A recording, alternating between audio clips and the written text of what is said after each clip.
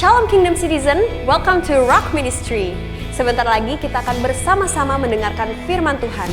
Melalui firman Tuhan yang disampaikan, kami percaya saudara akan diberkati dan diperlengkapi untuk menggenapi rencana Kristus dalam hidup saudara. Jangan lupa untuk like, comment, and subscribe, dan share video ini agar menjadi berkat bagi banyak orang. Selamat menyaksikan, Tuhan Yesus memberkati.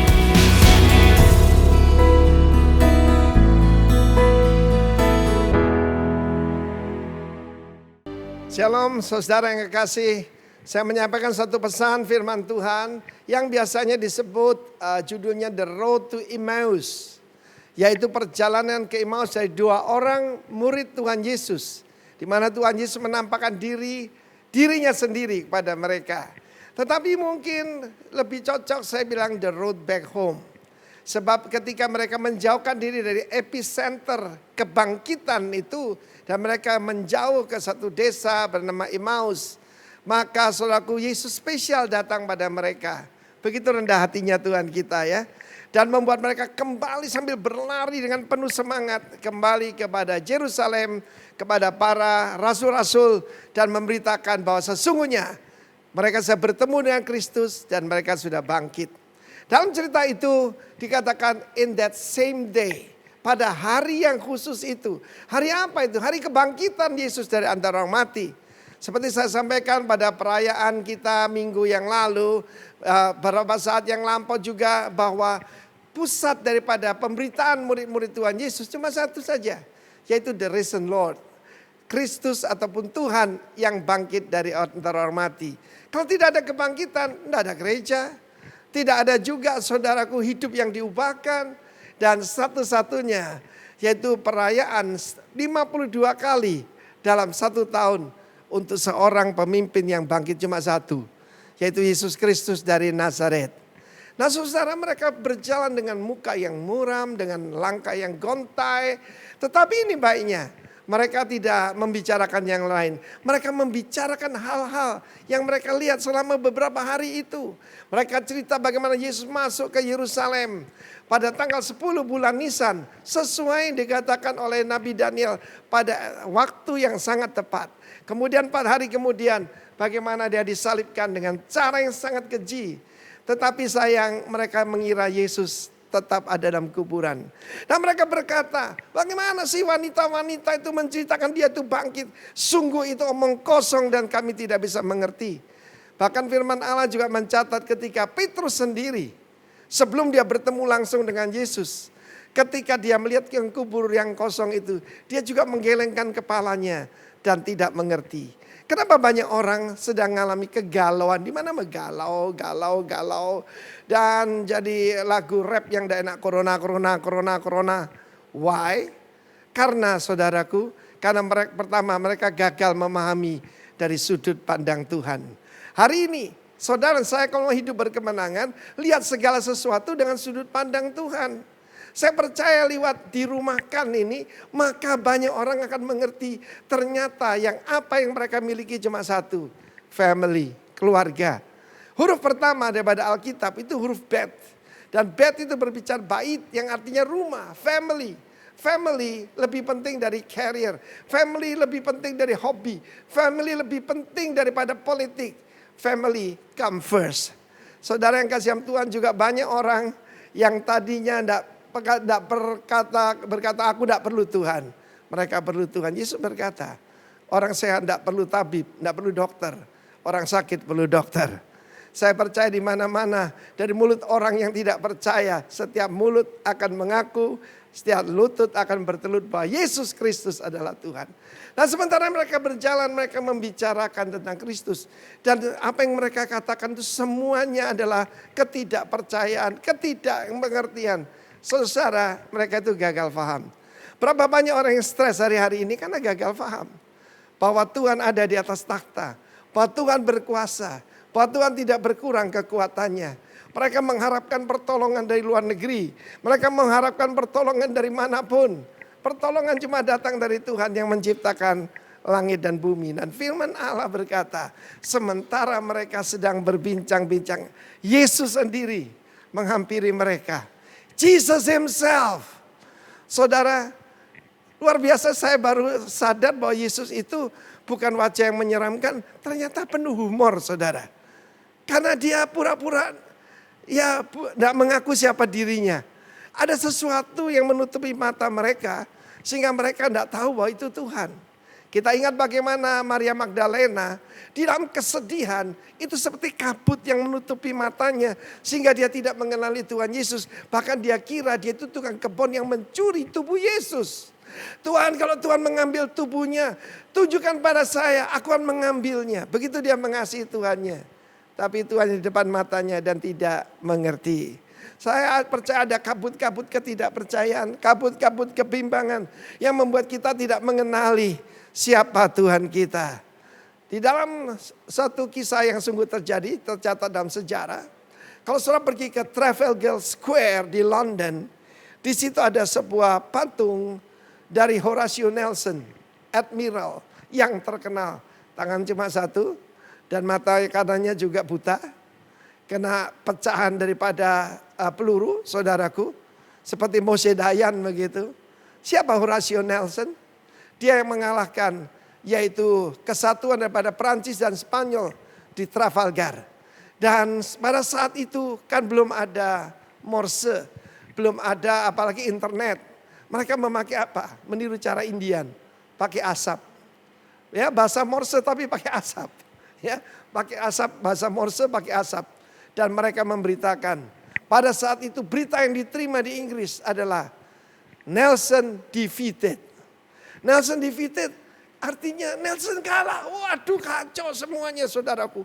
Semua kacau. Dengan karena saat itu ada cuaca tidak bagus. Kita tahu London selalu berkabut, bukan?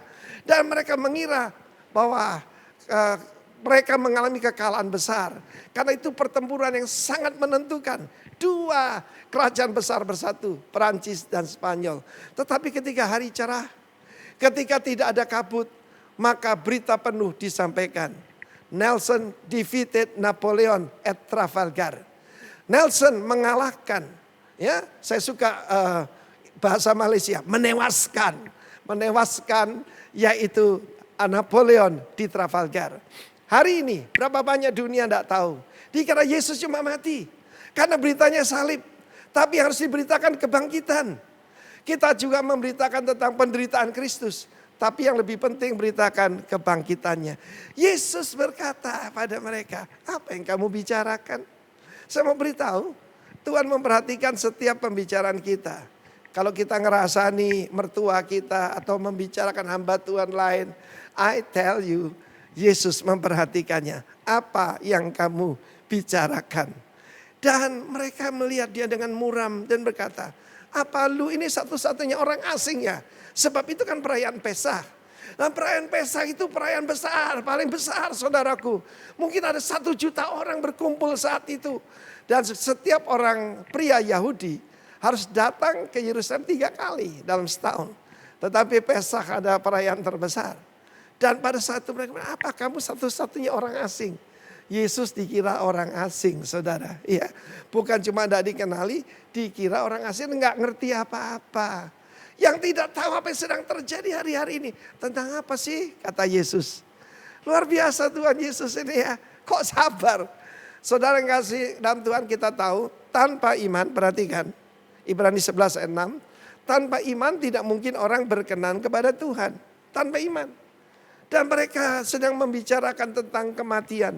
Mereka membicarakan kegagalan. Mereka mungkin membicarakan tentang tentara Romawi yang mengejar-ngejar mereka. Mereka membicarakan semua yang negatif. Tapi Yesus tanya, apa yang kamu bicarakan? Apa kamu satu-satunya orang asing? Tidak tahu. Apa yang terjadi pada Yerusalem pada hari-hari ini? Yaitu tentang Yesus dari Nazaret. Kami tadinya mengira. Ini kunci masalah besar ini. Mengira itu bukan kebenaran. Asumsi, presumsi, presumption, assumption. Itu membuat orang tidak bisa hidup berkemenangan. Mereka mengira bahwa Yesus datang itu untuk membinasakan musuh-musuh mereka. Itu betul. Ada ayat-ayat di dalam firman Tuhan. Tapi itu kedatangannya yang kedua. Karena jangan lupa murid-murid Yesus pada gereja yang pertama semuanya Yahudi. Sampai hari ini Tuhan izinkan mata orang-orang Israel tertutup. Para rabi-rabi ortodoks, para penyelidik Alkitab, mereka yang ahli-ahli Taurat segala macam, setiap kali baca Yesaya 53 mereka skip. Mereka tidak bisa mengerti, mereka menggoyangkan kepala, tidak mungkin. Masa dia tidak lagi berbentuk manusia, masa dia itu dianiaya, diludahi, dipermalukan. Bayangan mereka tidak seperti itu. Mesias itu seharusnya seorang yang luar biasa yang menghancurkan musuh-musuh kita. Benar. Tapi itu kedatangan yang kedua. Dia akan membinasakan musuhnya cuma dengan hembusan nafasnya. Karena dia maha kuasa, bukan? Karena ada pedang yang keluar dari mulutnya. Itu firman Tuhan. Namanya adalah firman Tuhan. Dia adalah raja di atas raja. Tapi dia datang pertama sebagai anak domba yang disembelih. Lihatlah anak domba Allah yang mengangkat dosa seisi dunia. Seperti domba yang keluh, dia tidak menjawab. Dia menyerahkan diri. Dan dia mengalami disembelih tanggal 14 bulan Nisan. Itu sesuatu fakta yang tidak bisa dibantah. Dan terutama kebangkitannya. Masalah yang lain adalah mereka. Bukan cuma ditutupi oleh awan ketidakpercayaan. Awan kebimbangan. Tetapi mereka juga tidak percaya berita tentang kebangkitan. Berulang kali, tidak sekali Yesus memberitakan bahwa dia akan diserahkan pada orang-orang tidak percaya, akan dianiaya, bahkan akan dibunuh. Tapi murid-muridnya nggak suka dengar seperti itu. Mereka mengharapkan victory, mereka mengharapkan sukses. Tapi sukses bagi Yesus, dia berkata, padaku ada makanan yang kamu tidak kenal. Yaitu melakukan pekerjaan Bapakku dan menyelesaikannya. Dengan begitu sabarnya Yesus memberikan Bible study gratis kepada dua orang ini. Dia adalah sang firman itu sendiri. Dan dia menceritakan apa yang disampaikan firman Tuhan. Mulai dari kitab Kejadian. Perjalanan ke Emmaus. Karena itu 7 mil. Ada yang bilang 17 mil. Tapi 7 mil pun itu 12 kilometer.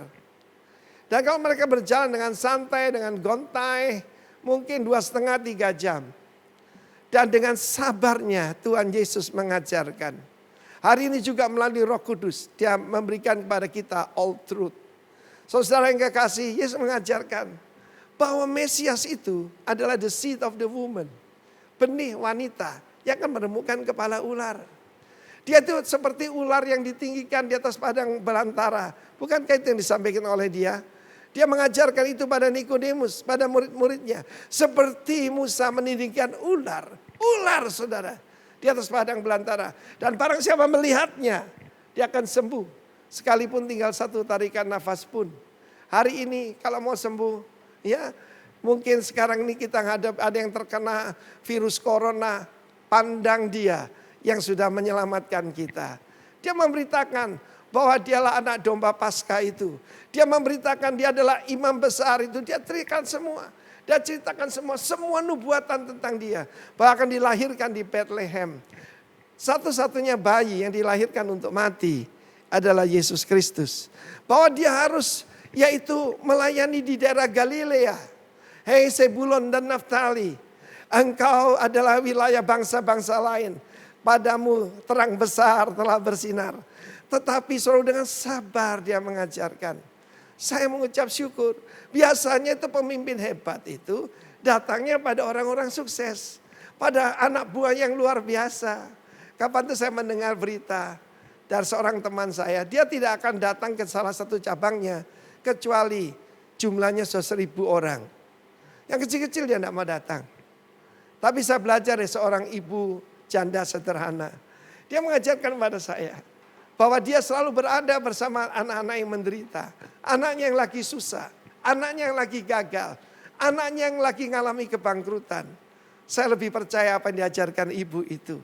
Karena itu saya dengan anak-anak rohani saya datang pada mereka yang lagi susah, yang lagi sakit, yang lagi menderita. Kalau yang lagi oke biarin aja. Ada yang tanya, Bapak kok jarang ya datang ke tempat kita? Ya kamu keadaannya baik-baik. Tapi kok Bapak datang ke situ, ya dia lagi susah. Saudaraku seperti itu Yesus. Karena itu saya mau meniru dia. Sekali lagi saya ulangi. Kenapa mereka gagal paham? Pertama-tama mereka tidak percaya Yaitu dan tidak melihat dari sudut pandangnya Tuhan. Percayalah saudaraku bahwa segala yang buruk Tuhan bisa rubah jadi kebaikan. Percayalah saudara apa yang dikatakan dalam Roma 8 ayat 28. Bahwa segala sesuatu bekerja bersama untuk mendatangkan apa? Kebaikan. Bagi siapa? Bagi mereka yang mengasihi Tuhan. Masalahnya apa kita mengasihi Tuhan atau tidak? Yang kedua kita tahu bagaimana mereka yaitu kesedihannya membuat mereka tidak percaya kuasa kebangkitan itu. Mereka tidak percaya kebangkitan. Mereka tidak percaya kepada istri mereka. Istri daripada Kleopas adalah saksi mata dari kebangkitan Yesus. Tapi dia tidak mempercayai istrinya. Jangan lupa ya pada saat itu wanita sangat direndahkan. Kesaksian 2 wanita baru 1 pria. Tapi pada zaman ini puji Tuhan lewat Yesus Kristus. Pria dan wanita sederajat cuma berbeda. Saudara yang kasih Tuhan dia tanya. Apakah kamu tidak sadar? Bahwa Kristus memang harus menderita. Untuk masuk dalam kemuliaannya. Orang semua mau kemuliaan, mau kejayaan. Tapi penderitaan tidak mau saudaraku. Rasul Paulus berkata dengan jelas. Barang siapa mau hidup beribadah dalam Kristus Yesus akan menderita aniaya. 2 Timotius pasal yang ketiga. Barang siapa mau hidup beribadah pasti mengalami aniaya. Puji Tuhan karena saya diajar dengan baik. Pada waktu saya baru bertobat saya diberitahu. Siap-siap ya mengikut Yesus. Paling sedikit kamu akan dihina. Kamu akan disingkirkan. Kamu akan mengalami yang tidak enak. Kamu akan difitnah. Bahkan Yesus berkata akan tiba masanya. Orang yang membunuh kamu. Mengira mereka berbuat bakti bagi Allah. Saya belajar dari perjalanan ke Emmaus ini. Betapa sabar dan baiknya Tuhan. Kedua adik saya. Mereka tidak mau saya ngajar. Kenapa? I'm a good student but a very bad teacher. Saya nggak sabaran saudara. Jadi saya tidak pernah bisa jadi dosen. Ya, kalaupun saya sekarang jadi pengajar di STT, Sekolah Tinggi Teologi, tetapi saudaraku I know I'm not a very good teacher. Saya jengkel dengan orang yang rumus dasar aja nggak ingat saudara. Tetapi beda dengan Yesus. Dia begitu sabar akan mereka. Sekali lagi ya, banyak orang berpikir siapa saya ini? Tuhan mau, saya mau beritahu 2 orang saja. 2 orang yang kurang percaya, 2 orang yang sedang bimbang, 2 orang yang sedang meninggalkan tempat pelayanan. Mereka meninggalkan tanggung jawab. Yesus sendiri datang. Ini kabar terbaik saudaraku. Jangan lupa ya, bukan cuma dia tetapi juga para murid-murid Yesus ada di belakang pintu yang terkunci. Karena takutnya akan orang-orang Yahudi dan orang-orang Romawi. Tapi kepada mereka pun Yesus menampakkan diri. Dan saya berdoa, lewat kita ada di rumah-rumah, mungkin ada yang di belakang pintu yang terkunci. Yesus mau menampakkan diri. Just call upon His name. Barang siapa berseru nama Tuhan diselamatkan. Kedua orang ini bahkan cuma berbicara tentang Yesus. Karena itu pastikan apa yang saudara bicarakan di rumah. Pastikan apa saudara sedang bicarakan. Bahkan di antara suami istri. Jangan ada waktu untuk fitnah, untuk dusta. Jangan ada dusta di antara kita. Tapi yang kita bicarakan Yesus. Selama kita membicarakan tentang Dia dan kerajaannya. Maka Yesus sendiri menampakkan diri. Bagaimana Dia menampakkan diri sekarang? Lewat Roh Kudusnya. Roh Kudus adalah the Spirit of Christ. Roh yang membangkitkan Yesus dari antara orang mati. Dan Dia juga akan membangkitkan kita yang letih lesu, yang sedang berbeban berat. Dia menerangkan dari kitab Musa segala kitab nabi-nabi. Dia terangkan Yesaya 9 ayat 6. Bahwa namanya yang akan dilahirkan seorang bayi telah lahir untuk kita. Seorang anak. Dan seorang putra diberikan. Namanya penasehat. Namanya ajaib. Allah yang perkasa. Bapa yang kekal. Raja damai. Dia mencelikkan mata mereka. Dan terutama menceritakan Mazmur 22. Menceritakan Yesaya 53. Bahwa dia akan ditusuk tangan dan kakinya. Saudara, hampir 3 jam perjalanan. Dan mereka belum mengenali siapa yang mengajar kepada mereka. Dan sampai ke Emmaus, waktu itu sudah mulai agak malam. Dan mereka mendesak dia. Karena dalam ayat 28 dikatakan, dia berbuat seolah-olah hendak meneruskan perjalanannya. Saudara, tercatat juga dalam firman Tuhan, ketika murid-murid sedang dihantam oleh gelombang, ketika mereka sudah tidak ada pengharapan, Yesus berjalan di atas air dan perhatikan ini, dan berbuat seolah-olah hendak meninggalkan mereka. Saya mau beritahu saudaraku, Yesus tidak sepenuhnya mau meninggalkan kita. Dia sedang menguji kita. Karena dia tidak pernah mendobrak pintu, dia menunggu diundang. Dia mengetuk pintu hatimu. Dia mengetuk pintu hati saya. Saya masih ingat ketika saya masih remaja, usia 14 tahun saya bersekolah di SMP Kristen Petra, Surabaya. Hari itu Tuhan mengetuk hati saya, tapi saya yang mengeraskan hati. 14 tahun kemudian, jadi rupanya hidup saya ini 7, 14, 21, 28 begitu saudara. Dan saya membuka hati saya, taruh dia masuk. Dan mereka berkata, tinggallah bersama kami. Hari menjelang malam. Dan pada saat itu dia masuk. Belum juga dikenali sampai pada saat itu dia mengucapkan beraka. Terpujilah engkau Raja semesta alam yang memberikan kami gandum dari bumi dan anggur untuk kami minum. Ketika dia sedang mengucapkan berkat itu, dia memecahkan roti. Itu biasanya dikerjakan oleh siapa? Oleh tuan rumah. Bukan oleh tamu. Saya mau beritahu satu rahasia di sini. Selama Yesus cuma jadi tamu di rumahmu, nothing happen in your life. Saya pernah datang ke rumah-rumah jemaat dan biasa ada salib, ya bagus. Tapi ada juga plakat di tembok. Yesus adalah tamu yang tidak kelihatan. The unseen guest. Yang memperhatikan semua pembicaraan di setiap ruangan daripada rumah ini. Bless our home, O Lord. Berkati rumah kami ya Tuhan. Yesus cuma jadi tamu, saudaraku. Selama dia jadi tamu, ketika ada serangan atasmu, dia menunggu dipanggil. Dia menunggu untuk diundang. Tetapi di rumah yang lain, ada tulisan begini. Jesus is the head of this house. Ada ke rumah saya di Denpasar, ada tulisan pakai bahasa Mandarin. Yesus adalah Lord. Yesus adalah Tuhan. Yesus adalah pemilik daripada rumah ini, daripada rumah tangga ini. Sebentar kita berpikir, siapa Yesus bagi saudara? Dan ketika dia sedang memberkati dan memecahkan roti, terbukalah mata mereka. Saya bayangkan pertama-tama pasti mereka melihat lubang di tangannya. Tidak ada manusia bisa hidup dengan lubang di situ. Saya ketemu banyak pemuda, lubangnya di telinganya besar sekali. Mulai kecil makin lama makin besar saudara. Niru yaitu orang-orang prasejarah saudara ya. Tapi kalau di tangan tidak mungkin. He's the real king. He's the risen Lord. Pada waktu mereka sadar dan mereka tahu pada saat itu dia hilang dari pandangan mereka. Saya berdoa lewat saudara di rumah-rumah hari ini. Segala awan kebimbangan sementara saudara. Karena itu jangan baca berita konspirasi. Berapa yang mati. Heran sekali. Banyak sekali mereka itu koleksi berapa pendeta yang sudah mati. Kok aneh ya? Berapa yang sembuh gak ditulis saudaraku. Ya, mereka lebih tertarik kematian daripada kesembuhan atau kebangkitan. Karena itu dalam hidup saya 40 tahun, saya memberitakan Yesus yang hidup. Karena itu semua saudara mendengarkan pemberitaan ini. Pada saat itu kedua murid ini, salah satunya adalah Kleopas. Kleopas itu artinya seorang yang dilahirkan dari bapak yang termasyur. Ya, from a renowned father. Siapa saudara dan saya? Kita disemani Kleopas. Ya, saya pernah satu kali ditanya orang, saya baru bangun tidur waktu itu saya kena flu berat di pesawat. Di samping saya ada seorang tanya pada saya pakai bahasa Inggris. Who are you? Siapa engkau? You are so different from other people.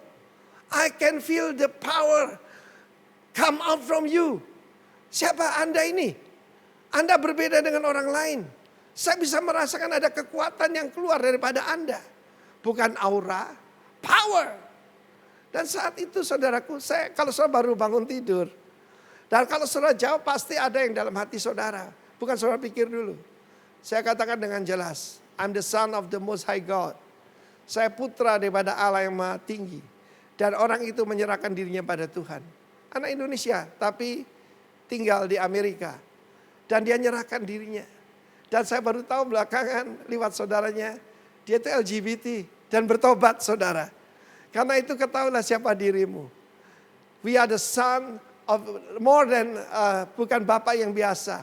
Karena itu saya panggil dia Abba, Bapa, Daddy. Dengar saudara, pada saat itu kehadiran Yesus bukan cuma membawa damai, tetapi membawa api. Bukankah hati kami berkobar-kobar ketika dia menerangkan kitab suci.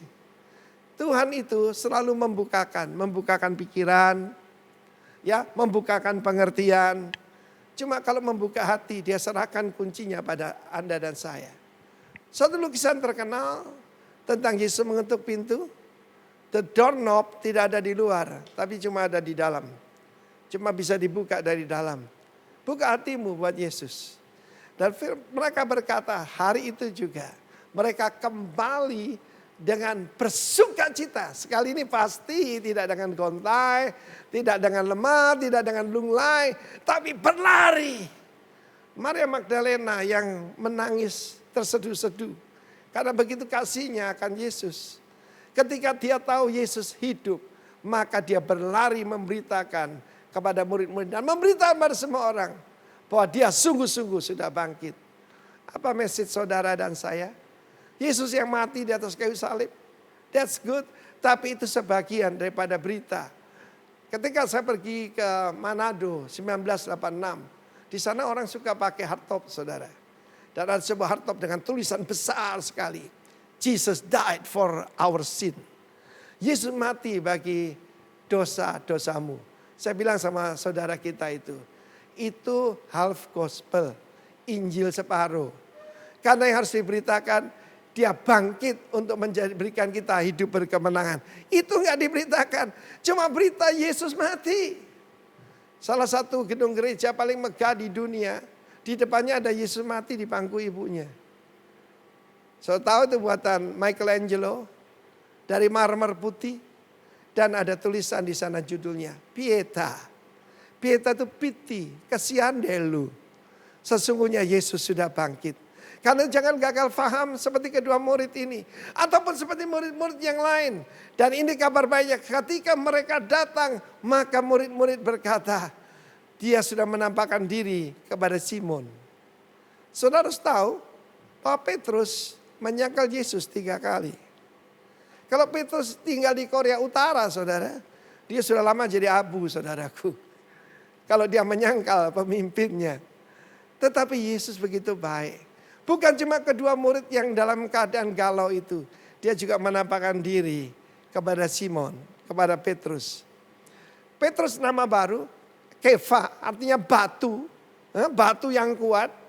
Tapi saudaraku, kalau dia dalam keadaan lemah, Yesus memanggil dia Simon Baryona. Simon anak Yunus. Ya, Yunus ya, bukan John. Yunus, Simon Baryona. Tetapi kalau dia kuat, dia berkata, engkau adalah Kefa. Dan kepadamu akan kuberikan kunci-kunci kerajaan sorga. Saudara, Yesus menampakkan diri pada murid-murid. Lukas 24 ditutup dengan janji yang luar biasa. Tinggallah di Yerusalem sampai kamu menerima apa yang dijanjikan oleh Bapa. Dia tidak pernah menyuruh murid-muridnya pergi cuma dengan cerita yang indah, tapi juga dengan kuasa. Saudara dan saya dipanggil jadi saksi. Bukan saksi yang biasa, saksi yang berkuasa. Hari-hari ini ada banyak bahkan hamba-hamba Tuhan tidak percaya mujizat, terserah. Terjadilah sesuai dengan imanmu. Tapi saya mengalaminya, saya mengalami disembuhkan. Saya dilepaskan dari kuasa kegelapan. Bagaimana saya bisa menyangkal bahwa Yesus Kristus tetap sama baik kemarin, hari ini dan selama-lamanya. Hari ini saya bahkan kabar baik buat saudara. Simon yang dalam keadaan dipenuhi rasa bersalah. Kedua murid yang dipenuhi kebimbangan. Ya mereka belum percaya. Yesus menampakkan sendiri. Dan salah satu yang paling indah, Jesus himself draw near. Yesus sendiri mendekatkan diri pada mereka.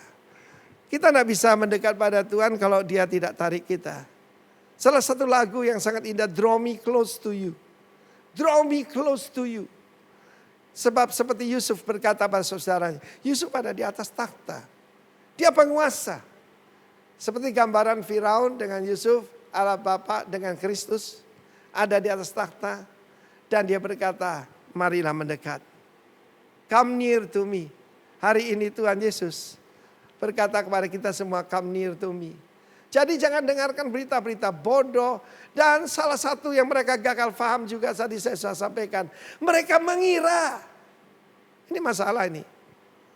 Kapan itu saya ketemu seorang jemaat, saya heran. Mendadak dia kok rajin ikut doa puasa. Sambil senyum-senyum begitu. Saya tahu dia paling tidak percaya Tuhan. Kenapa dia datang? Saya juga suka cita sebagai pastor. Tapi kemudian baru saya tahu dia mengira bahwa seorang gadis di jemaat kita itu mau menerima dia, mau menerima cintanya. Ternyata keluarga itu protes kepada saya, Pak Arifin. Orang itu datang ke rumah kita, ya makan di rumah kita. Dia kira sudah diterima sebagai menantu. Kami merasa sangat terganggu.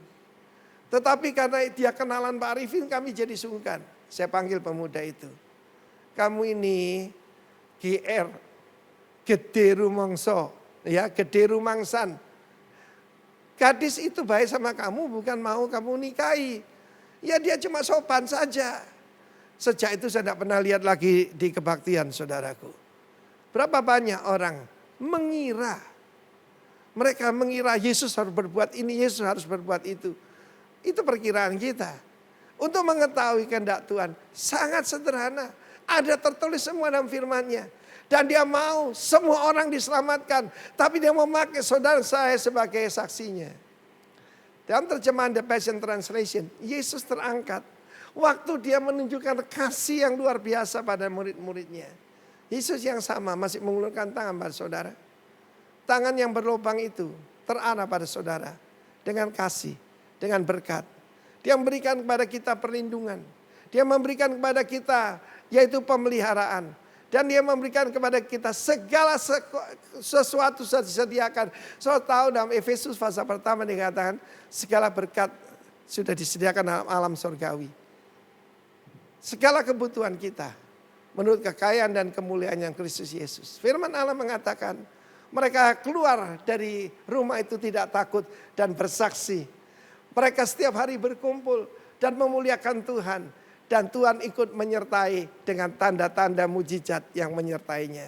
Saya percaya melalui apa yang sedang kita hadapi hari-hari ini. Bukan membuat kita jadi terpuruk. Tidak membuat kita jadi galau. Tetapi justru kita punya pengalaman yang baru dengan Tuhan.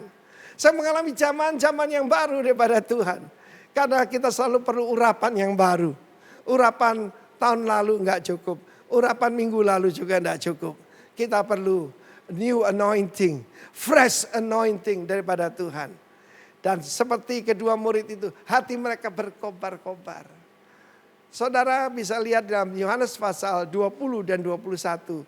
Seluruh cerita ini dari sisi apa yang ditulis oleh Rasul Yohanes. Dan kepada Petrus juga dia bertanya pada kita hari ini. Do you love me? Apa engkau mengasihi aku? Saudara yang kasih Tuhan.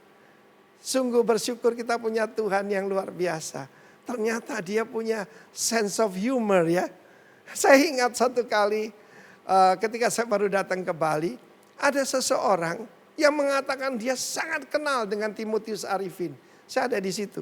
Dan dia ceritakan, dia kasih bumbu. Wah bumbunya banyak sekali saudaraku. Wah Arifin gini. Saya bilang teman-teman saya, mereka lihat saya bilang diam aja. Dan dia cerita saudaraku. Ya. Termasuk ada juga ya yang jelek-jeleknya begitulah. Lalu kemudian yang satu teman saya nggak tahan. Stop. Timotius Arifin ini loh orangnya. Orang itu malu sekali lalu dia pergi saudara. Tapi Yesus tidak pernah mempermalukan orang. Dia begitu baik, begitu murah hati. And he draw near. Luar biasa. Bukan pada orang yang berprestasi. Pada orang yang sedang meninggalkan Yerusalem. Karena itu saya mau beritahu saudara, lebih baik judulnya saya ganti, The Road Back Home. Untuk kembali, mungkin ada yang sedang meninggalkan istri, meninggalkan tanggung jawab, meninggalkan pelayanan. Kembalilah ke Yerusalemmu, kembali ke tanggung jawabmu. Dan Tuhan akan memakai dan memberkati engkau.